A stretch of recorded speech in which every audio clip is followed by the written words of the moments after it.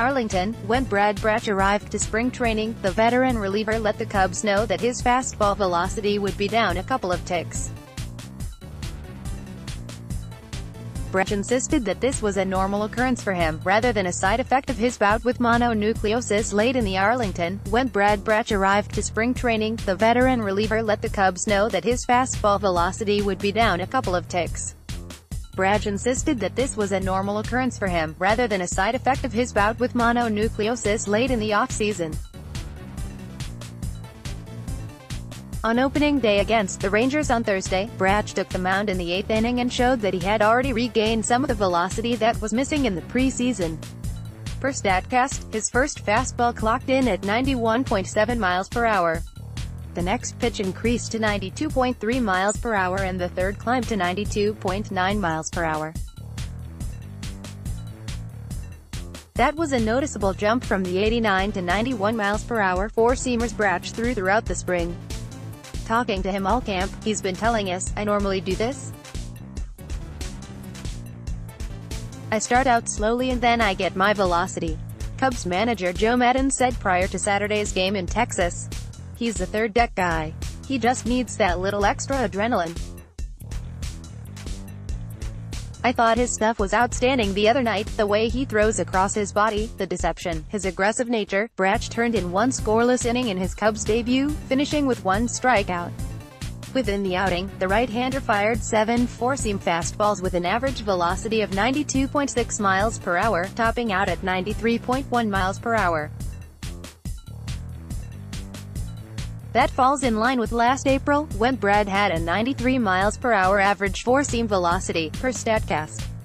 By August, his average pitch speed was up to 94.9 miles per hour. "He's someone who actually gains velocity throughout the course of the year," said Theo Epstein, the Cubs' president of baseball operations.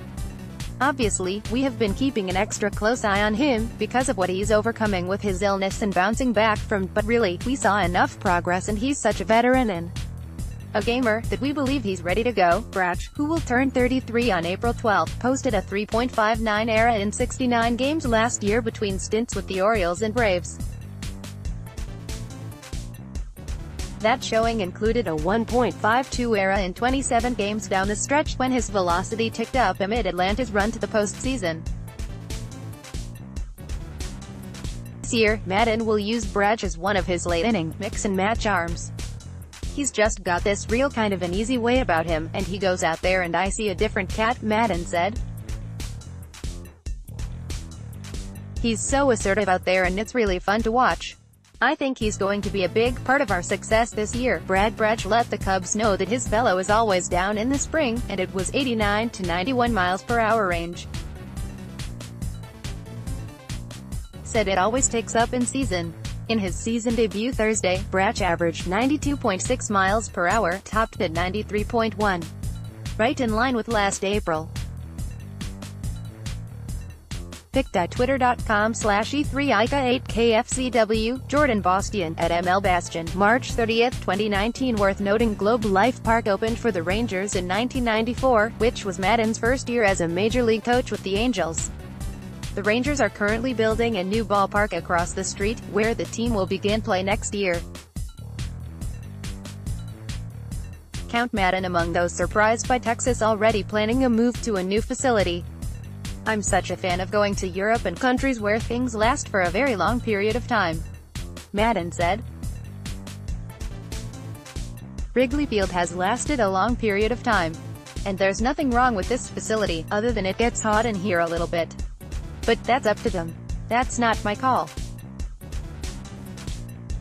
They built it uniquely with kind of the office space out in the outfield in the pavilion up there in right. It's really cool. They did a really nice job." Daniel Descalso will typically be in the lineup against right-handed starting pitchers, but Maddon opted to give David Bote the nod at second base against Texas righty Edinson Volquez on Saturday.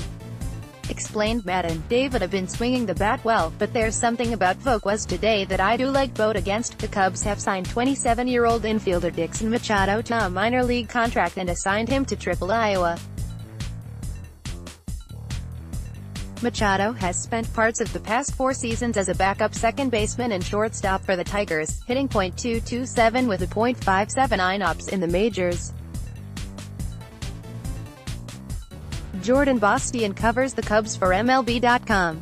He previously covered the Indians from 2011 to 18 and the Blue Jays from 2006 to 10.